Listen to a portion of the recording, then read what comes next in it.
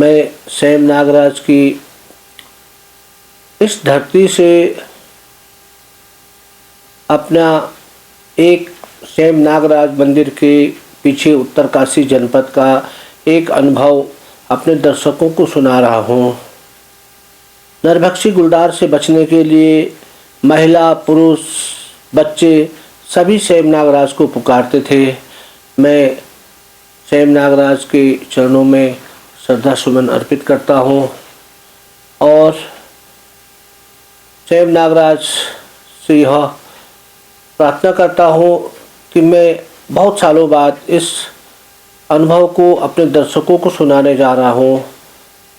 जब मैं अपना अनुभव दर्शकों को सुनाऊँ तो मुझे छोटी से छोटी घटना को याद दिलाना ताकि मैं उसे अपने दर्शकों से पहुंचा सकूं। दोस्तों प्रणाम। दोस्तों, आज अपने अनुभवों के इस श्रृंखला में मैं आपको जनपद उत्तरकाशी का एक घटनाक्रम सुनाने जा रहा हूं। दोस्तों, उत्तराखंड के बारे में आप लोग जब जानते होंगे, यहाँ पे बद्रीनाथ, केदारनाथ, गंगोत्री, यमुनोत्री 4 बहुत प्रसिद्ध धाम हैं और इसमें एक 5वां जो धाम जोड़ा गया है वो है सेम नागराज। आप लोगों ने शायद बहुत कम लोगों ने सेम नागराज के बारे में सुना होगा। सेम नागराज भगवान श्री कृष्ण का यानी नागों का एक मंदिर है और यह टेहरी और उत्तरकाशी जनपद के बीच में स्थित है। यह लगभग 7,500 फुट की ऊंचाई पे है, जहां लगभग साल में लगभग 4 महीने बर्फ रहती है। दोस्तों, कहा जाता है कि ऊपरी जो रमोली जो यहाँ का क्षेत्र है, इस क्षेत्र में उस जमाने में घांगू रमोला जो उस समय इस क्षेत्र के ठोकदार या राजा कह सकते हैं, वो रहा करते थे। ये 80 साल के हो चुके थे और उस समय ये निसंतान थे। एक बार भगवान श्री कृष्ण इनके सपने में आए और उन्होंने इनसे 9 हाथ, जिसको लगभग 13 फुट कहा जा सकता है, उतनी ज़मीन मांगी, परंतु घांगू रमोला ने इन्हें ज़मीन नहीं दी। और उसके बाद श्री कृष्ण के प्रकोप से यहाँ पे अनेक आदमखोर बाघ लगे और बहुत लोगों को सांपों ने काटा। क्योंकि घांगू रमोला उस क्षेत्र के निवासी थे जहाँ पे उस समय केवल पशुपालन होता था और खेती होती थी।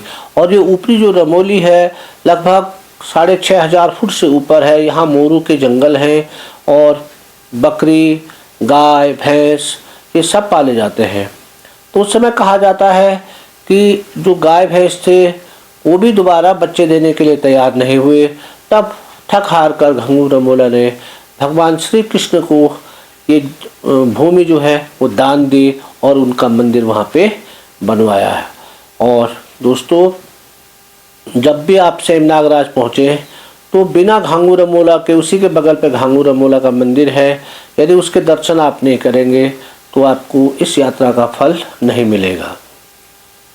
दोस्तों, सेम नागराज मंदिर यदि आप उत्तरकाशी से आएँ तो उत्तरकाशी से चिन्यालीसौर से 35 किलोमीटर डिचली है और वहाँ से लगभग 7 किलोमीटर चढ़ाई पे आपको सेम नागराज मंदिर मिलेगा। यदि आप टेहरी होते हुए आए तो पीपलडाली, और पीपलडाली से आप लोग लमगांव से धौतरी, और धौतरी से एक रोड जो कटेगी वो आपको सेम नागराज मंदिर के नीचे जो सौड़ है, सौड़ तक ले जाएगी। और वहाँ से केवल पैदल 2 किलोमीटर बिल्कुल खड़ी चढ़ाई पे आपको चढ़ना पड़ेगा, तभी आप इस मंदिर के दर्शन कर सकते हैं। दानवीर घांगू रमोला के वंशज अभी भी रैका जो गांव है, रैका में रहते हैं और वो भी अभी खेतीबाड़ी, पशुपालन का ही काम करते हैं। और जो ये रैका है या सेम है, पोखरी है, घनियाल गांव है, ये सब टेहरी जनपद में पड़ते हैं। और यदि इसके बैक साइड वाले पोर्शन पे हम देखें तो वहाँ पे चीड़ाबागी, बीजाबागी, जगूड़ी, जोगत, घंडियाल और धनिया, पोखरी ऐसे गांव हैं। तो दोस्तों, ये जो रैका गांव के जो परिवार, कुछ परिवार थे जो मतलब बरसात में और गर्मियों में ऊपर सेम नागराज मंदिर के ठीक पीछे जो इनकी छानियाँ थी, किमखेत जिस स्थान का नाम है, वहाँ ये लोग 6 महीने रहते थे और 6 महीने बाद ये घर आ जाते थे। धीरे धीरे इन लोगों ने वहीं पे अपने पक्के मकान बना दिए। अब ये 12 महीने वहीं रहते हैं। किमखेत गांव केवल 7 परिवारों का एक गांव था और वही प्रकृतिवादी, ईश्वर को मानने वाले और जो नए दुनिया की चकाचौंध है इससे बहुत दूर है ये लोग, और ये करते हैं, खेती बाड़ी करते हैं और उसी में इनका भरण पोषण होता है। दोस्तों, ये 2 मई की बात है। इस किमखेत गांव में कुलवीर सिंह का परिवार रहता था। इसका एक बेटा और तीन पुत्रियां थी। शाम रोज की तरह ये लोग खेतों में काम करके गाय भैंसों को चारा लेने के बाद शाम के समय जब ये घर पहुँचे तो सभी लोग चाय पी रहे थे।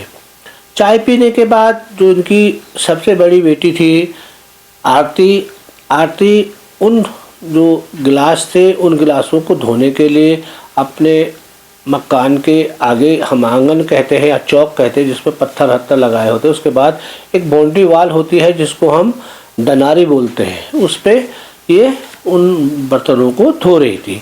शाम का लगभग 7:30 बज चुका था और जो था वहाँ अंधेरा हो चुका था। किमखेत में जो भी परिवार है वो सब अलग अलग बसे हुए हैं, क्योंकि जिस समय छानी रही होगी तो एक छानी के बाद जितना एरिया उसका था वो अब सारे उतने खेत बन गए, उस बीच में मकान बना दी दूसरे का और उसके दूरी पे। तो मतलब सब मकान जो गांव बसा हुआ है वो सब अलग अलग दूरी पे जो मकान हैं वो सब अलग अलग हैं। और जो इनके घर खेत जो है वो मोरू और बाज के वृक्षों से बिल्कुल आच्छादित है, चारों ओर से बंद है, क्योंकि ये लगभग 7000 फुट की ऊंचाई पे है। उसके बाद आरती उन बर्तनों को धोने में मग्न थी। किसी गुलदार का कभी भय नहीं था, क्योंकि गुलदार हुआ कोई भी जानवर यहाँ पे रोज़मर्रा दिखाई देते थे, क्योंकि बहुत हाइट जंगल पे था, जंगली एरिया था, इसलिए ये नॉर्मल सी बात है कि कोई भी गुलदार दिखे या हिरन दिखे या भालू दिखे, ये तो इनके लिए रोज़मर्रा की चीज़ थी। उसके बाद जब आरती वहाँ पे बर्तन धो रही थी तो अचानक उसकी एक चीख निकली और वो जोर से बोली, माँ। तो उसके पिताजी बाहर आए, वहीं पे आंगन में थे, उन्होंने देखा यार कोई ये लड़की क्यों चिल्लाई, और उसके बाद उन्होंने देखा कि एक गुलदार जो है वो आरती को खींच के एक बाँस के झुमरुट में गुम हो गया है।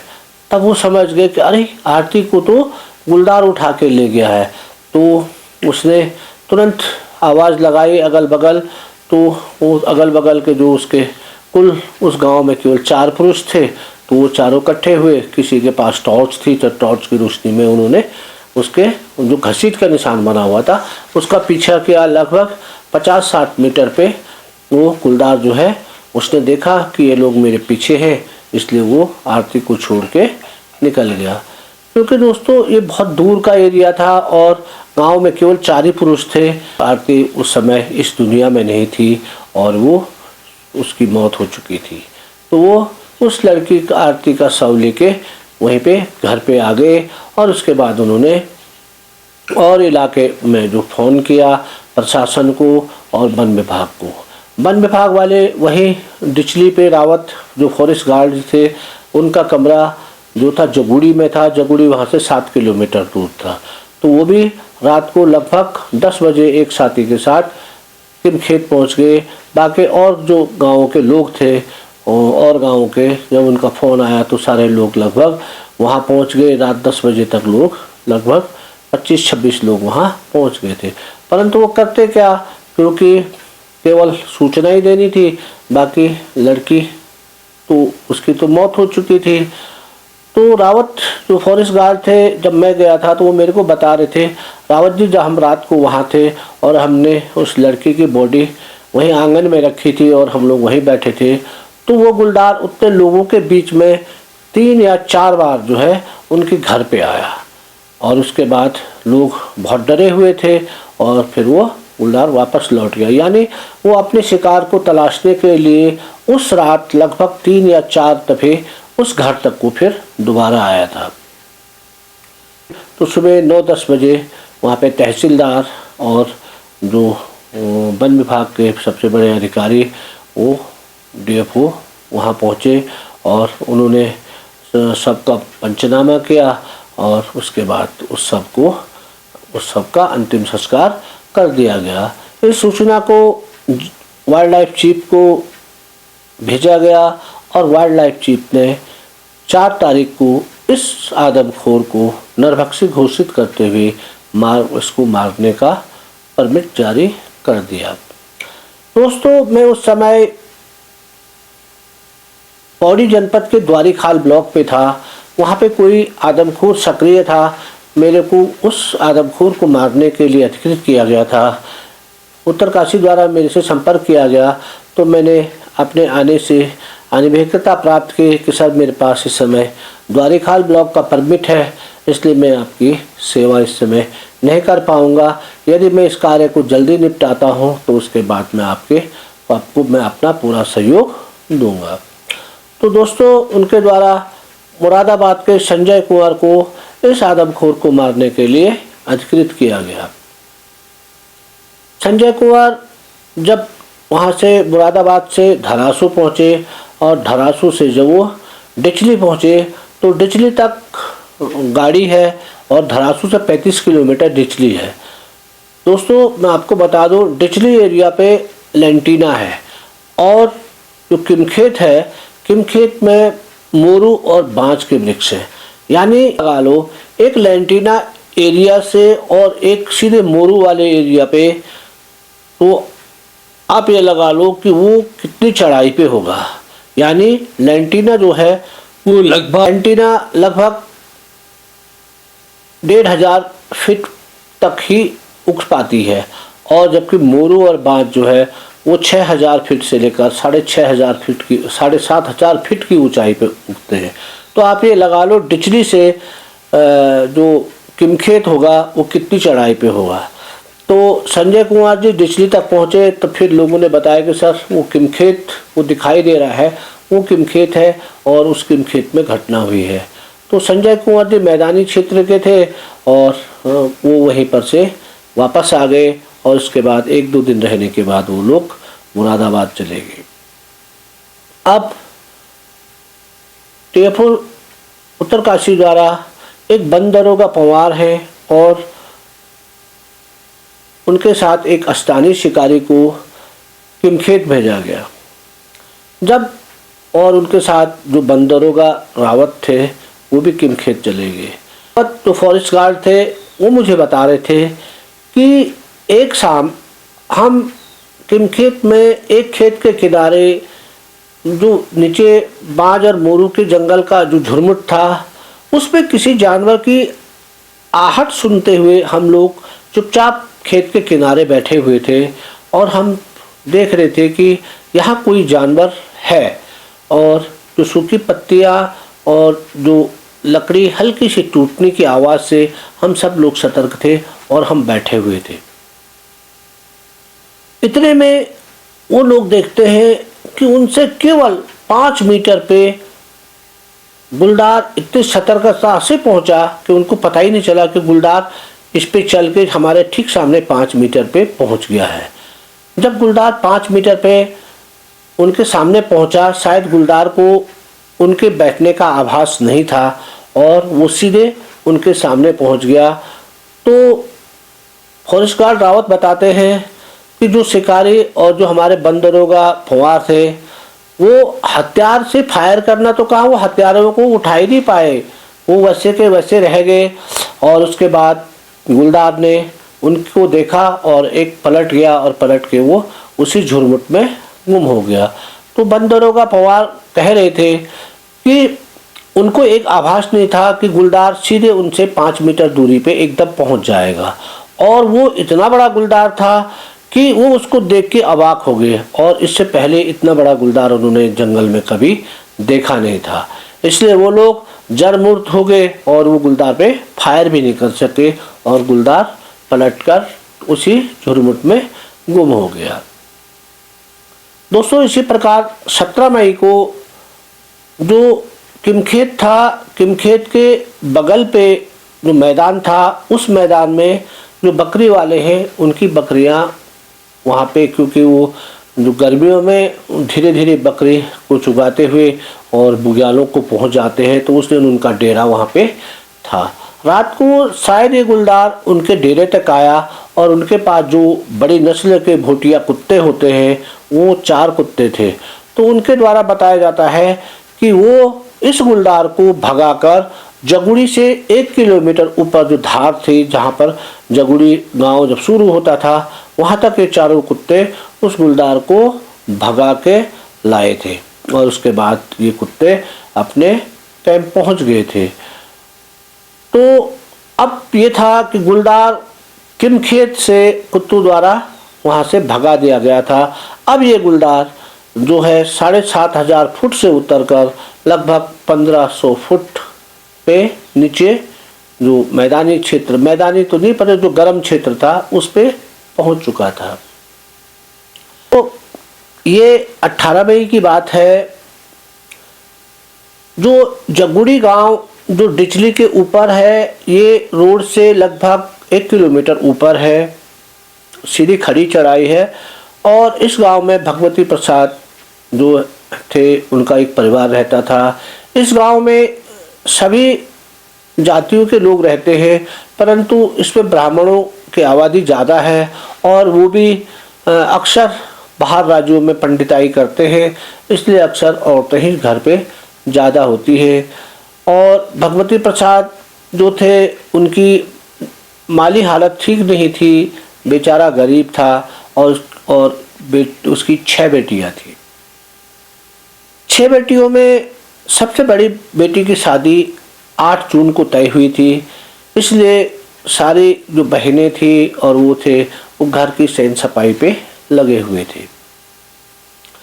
दोस्तों, उनके पास केवल 2 कमरे का एक घर था, जिसमें एक कमरे में गाय भैंस रहती थी और एक कमरे में वो रहते थे। शादी के लिए उनको वो कमरा खाली करना था, इसलिए वो अपने जो गाय जो पशु हैं, उन पशुओं को उन्हीं के बगल पे गांव के छोर पे जो था उनके चाचा का घर था, उन्होंने उनसे एक कमरा मांगा और वो गाय भैंस उनके कमरे में, यानी जो गौशाला थी उस गौशाला में उनको बांध दिया। अब पशु तो, जब कोई भी पशु एक स्थान से दूसरे स्थान जब उसको शिफ्ट किया जाता है, तो वो जब तक उसको नए स्थान की आदत नहीं पड़ती है, तब तक वो एक प्रकार से उसके रहने खाने उसमें बहुत बदलाव आता है। और वही जब पंडित जी के जो गाय भैंस थे, उनको जब चाचा की गौशाला में शिफ्ट किया गया, तो वो अक्सर क्या करते थे, गले की रस्सी को तोड़ देते हैं, किल्ला खोल देते हैं, क्योंकि वो अधिकतर बिदकते रहते हैं। और इसी चीज़ को देखने के लिए राधा भी अपनी चाची के घर ही रहने लगी, ताकि वो रात को और शाम को फिर एक बार उन गायों तक पहुँचे, अपने पशुओं तक पहुँचे और उनको देखे कि ये क्या क्या कर रहे हैं, और उससे उनको धीरे धीरे आदत पड़ जाएगी और उसके बाद तब वो वहाँ पे सेटल हो जाएंगे। दोस्तों, 18 मई को शाम के समय राधा और उसकी चाची ने खाना बनाया। उस दिन उनके चाचा घर पे नहीं थे, केवल वो 2 ही लोग थे। और खाना खाने के बाद राधा जो है बर्तन साफ करने के लिए वही अपने आंगन से बाहर में वो बर्तन साफ कर रही थी।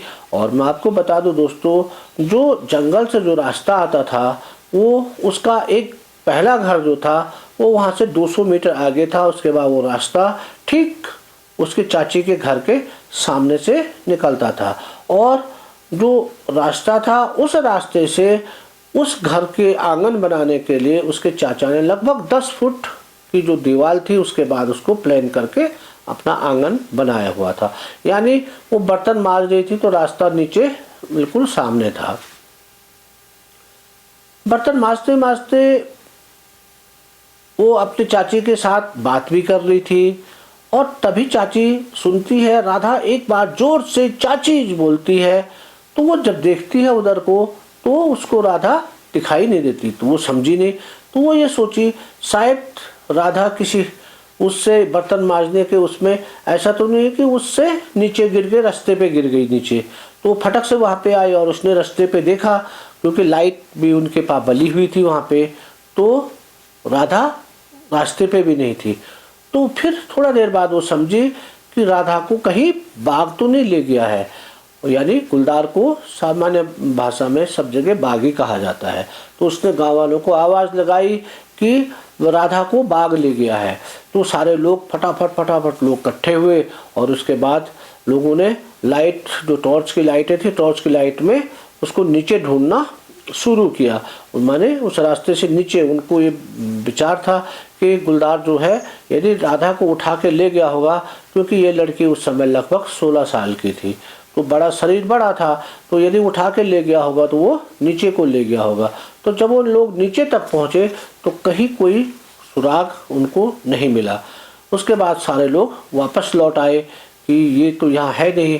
तो कोई बुजुर्ग आदमी थे गांव में, उन्होंने बताया कि गांव में एक जो कुत्ता है जो पहले बकरियों के साथ रहता था, और उसको लाओ, वो बता देगा कि ये शव कहाँ है। क्योंकि दोस्तों जो कुत्ता बकरियों के साथ रहता है, जो बड़ी जाति के झबरू या भोटिया कुत्ता हम जिसको कहते हैं, वो सबसे ज़्यादा गुलदार की गंध महसूस करते हैं। मैं आपको एक और चीज़ बताऊं दोस्तों, मेरे पास 2005 से लेकर 2012 तक एक ऐसा ही एक कुत्ता था जो पहले बकरियों के साथ रह चुका था, और मैंने देखा कि वो कुत्ता कभी भी कहीं भी, चाहे वो गुलदार उससे 500 मीटर दूर हो, यदि वो गुलदार हमारे घर के 500 मीटर दूर कहीं से भी निकल रहा है तो उसकी स्माइल को वो पहले समझ लेता था और उस ओर भौंकना शुरू कर देता था। मैं जब भी उस ओर लाइट मारता था मुझे हमेशा गुलदार दिख जाता था। तो मतलब आप ये लगा लो कि वो गुलदार की गंध को कम से कम 500 मीटर दूर से समझ लेता था। और इसीलिए कभी भी जो बड़े कुत्ते होते हैं, जैसे अभी भी मेरे पास 2 कुत्ते हैं, और कभी मौका मिले तो मैं आपको उसकी फ़ोटोज़ भी आपको शेयर करूंगा। वो भी सब वही बड़ी जाति के कुत्ते हैं, यानी झबरू भोटिया कुत्ते हैं दोनों। और वही पूरी रात भर, क्योंकि वो कभी बचपन से ही अंदर नहीं रहे, बाहर ही रहते हैं, चाहे बर्फ़ हो, चाहे पानी हो, चाहे गर्मी हो, 12 महीने वो लोग रात को बाहर ही रहते हैं। और पूरी रात वो भौंकते हुए पूरी तो छत से, क्योंकि कोई भी गुलदार आ रहा होगा तो गुलदार आपने देखा होगा सीसीटीवी कैमरे के पिक्चर पे भी कि कुत्ता सो रखा है और गुलदार आ रहा है, उसको फट पकड़ के उठा ले रहा है। यानी उस कुत्ते को गुलदार की गंध का महसूस है ही नहीं, उसको पता ही नहीं है कि गुलदार की गंध भी होती है। और जो ये कुत्ते होते हैं ये गुलदार की गंध को पहले समझ लेते हैं। जो कुत्ता गुलदार आया और उसने कुत्ते ने उसकी गंध महसूस की और वो भौंकना शुरू हो गया, अब गुलदार उस पर अटैक करेगा क्यों? गुलदार को तो मालूम है कि इसने मेरे को देख लिया है, यहाँ महसूस कर लिया है कि ये आ गया है। और इस प्रकार से जो 2 कुत्ते जोड़े में होंगे उस पर गुलदार कभी अटैक करेगा नहीं। तो इसलिए ये जो बड़े कुत्ते हैं ये बहुत समझदार और गुलदार की गंध को समझने वाले होते हैं।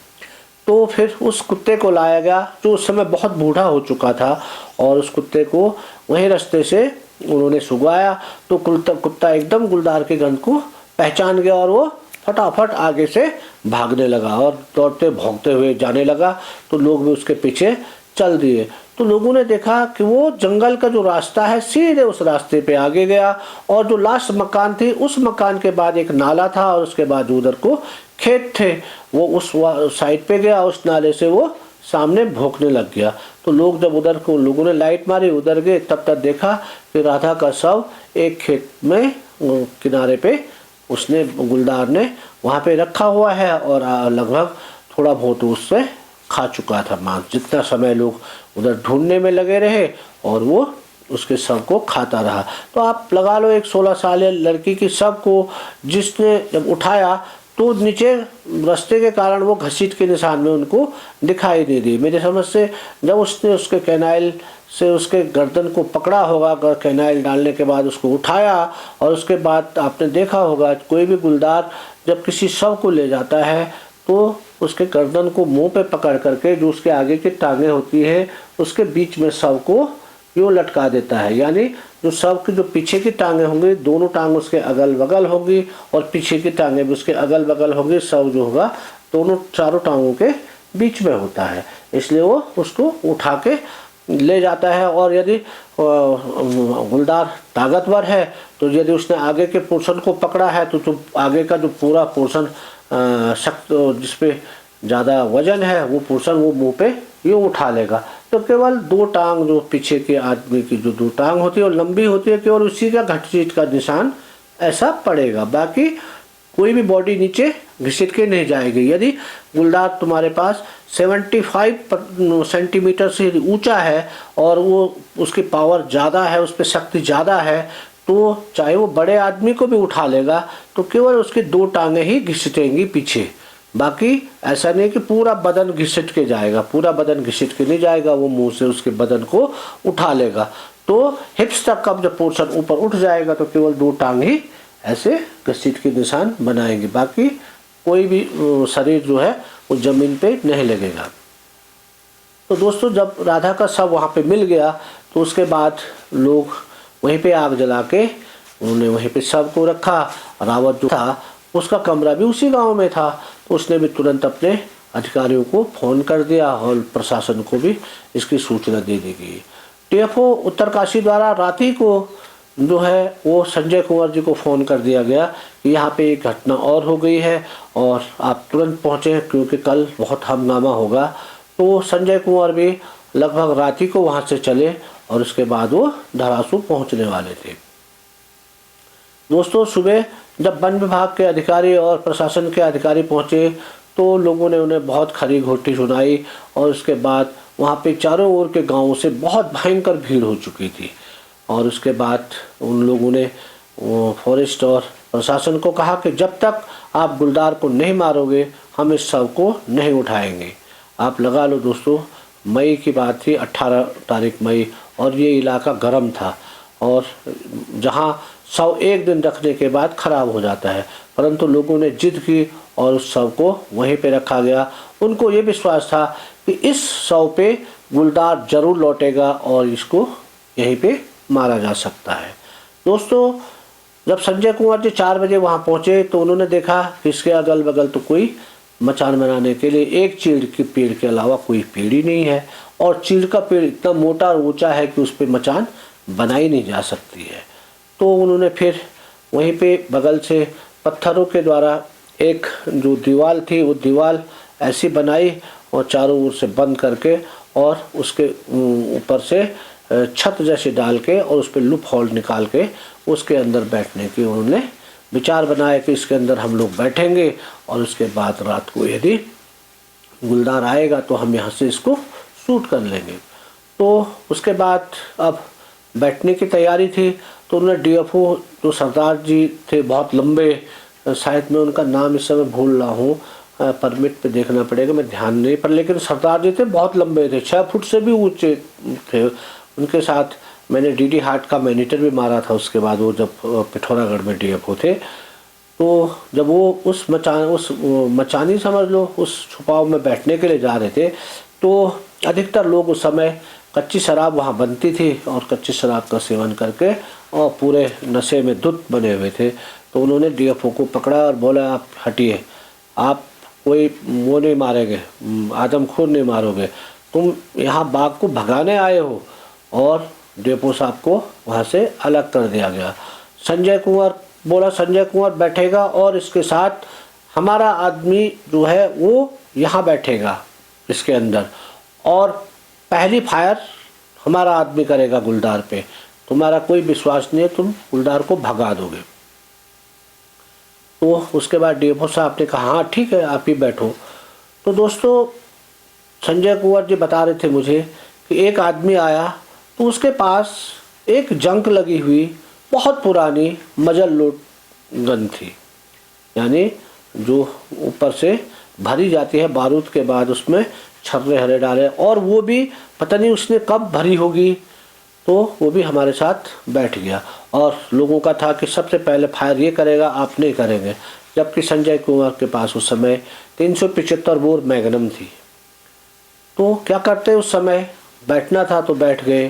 फिर संजय कुमार बताते हैं कि मैंने उस आदमी को बोला, भाई देखो तुम्हारी गन तो मैं देख रहा हूँ, ये तो मजल लोड है, और मजल लोड के बाद आपने पता नहीं कितने पहले इसको भरा हुआ है, और सपोज दैट ये लेपर्ड आ गया और तुम इससे फायर करोगे और मिस फायर हो गया तो भाग जाएगा।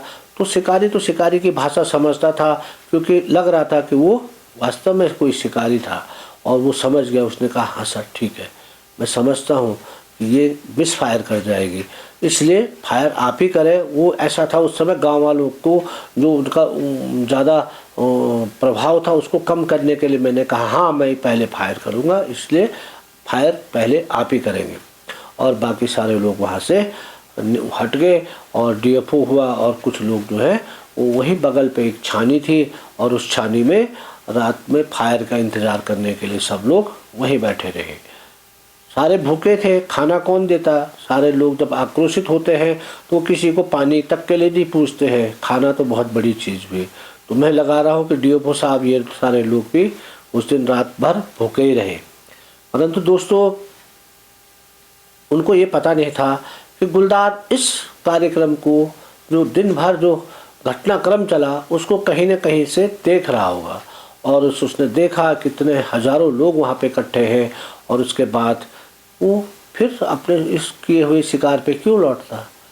क्योंकि अक्सर जो चालाक मैनीटर हो जाता है वो कभी अपने शिकार पे फिर दोबारा नहीं लौटता है, और वो उस दिन अपने शिकार पे लौटा ही नहीं। और जब दूसरे दिन प्रशासन के दबाव के कारण, प्रशासन ने बहुत ज़्यादा दबाव किया क्योंकि बॉडी खराब होने लग गई थी, और तब जाके उस लड़की का पोस्टमार्टम कराया गया, और उसके बाद उसका अंतिम संस्कार कर दिया गया।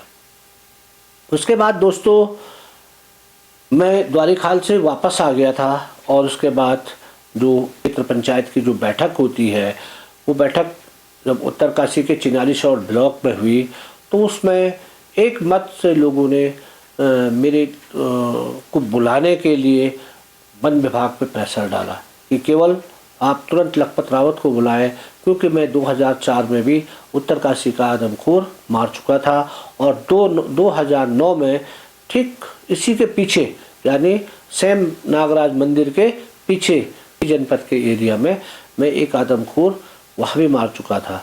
इसलिए लोग जो थे वो सारे आक्रोशित थे, और उनका एक मत था कि केवल लखपत रावत को तुरंत बुलाया जाए। और इसके बाद डीएफओ उत्तरकाशी द्वारा मुझसे संपर्क किया गया, और मैंने अपनी हामी दे दी। और दोस्तों मैं 25 तारीख मई को यहाँ से श्रीनगर से लमगांव से धोतरी होते हुए लगभग चौरंगी खाल, और चौरंगी खाल से जो एक रोड जाती है वो नीचे पजाण गांव होते हुए डुंडा पहुंचती है। उस रोड पे चल के मैं धरासू लगभग शाम के 5 बजे धरासू पहुंच गया। दोस्तों मैं श्याम सिंह चाचा के साथ था, और उस दिन हम दोनों आदमी जो थे अपनी पुरानी यादें जो हमने 2004 में, क्योंकि उस गुलदार ने पजाण गांव पे भी एक बालक को मारा था, और उसके बाद उसने थलन मारा था, तो इसी रूट पे हम लोग पूरी रात सर्चिंग करते थे। तो अपनी पुरानी यादें ताज़ा कर दी, और आज श्याम सिंह चाचा इस दुनिया में नहीं है, परंतु वो क्षण जो उस समय हमने साथ गुजारे वो याद आ रहे हैं। और उसके बाद दोस्तों हम धरासू पहुँचे। धरासू में संजय कुंवर जी वहीं थे, और संजय कुंवर से बातचीत हुई। तो मैंने संजय कुंवर जी को पूछा कि एरिया कितना दूर है। बोला यहाँ से 35 किलोमीटर है डिचली से 1 किलोमीटर ऊपर है ये जुगुड़ी गांव। तो मैंने बोला आप कहाँ रह रहे हैं। बोला मैं यही धरासू से शाम को चले जाता हूँ, और उसके बाद उधर सर्चिंग करके सुबह वापस आ जाता हूँ। तो मैंने लगाया यार 35 किलोमीटर आदमी यहाँ से ऊपर जाएगा और वहाँ से फिर धरासू आएगा, तो बहुत टफ है।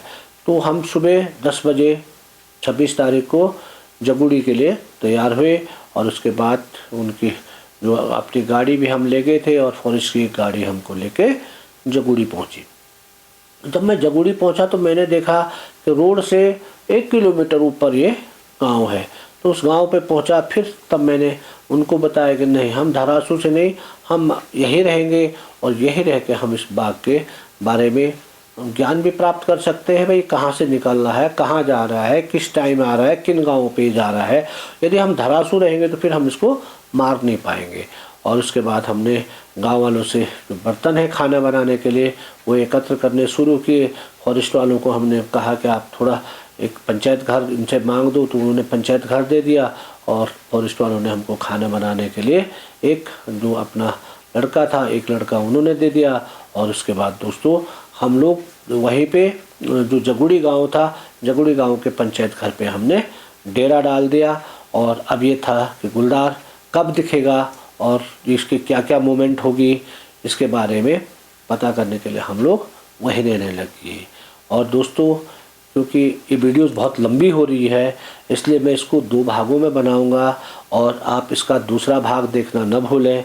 इसके बाद इसने कितने किल किए और ये कैसे मारा गया, इन सब घटनाक्रमों को देखने के लिए इसका दूसरा भाग बहुत ज़रूर देखें। वीडियो को लाइक करें, शेयर करें, कमेंट करें और फिर मिलते हैं दोस्तों इसके भाग नंबर 2 के साथ। तब तक बहुत बहुत धन्यवाद।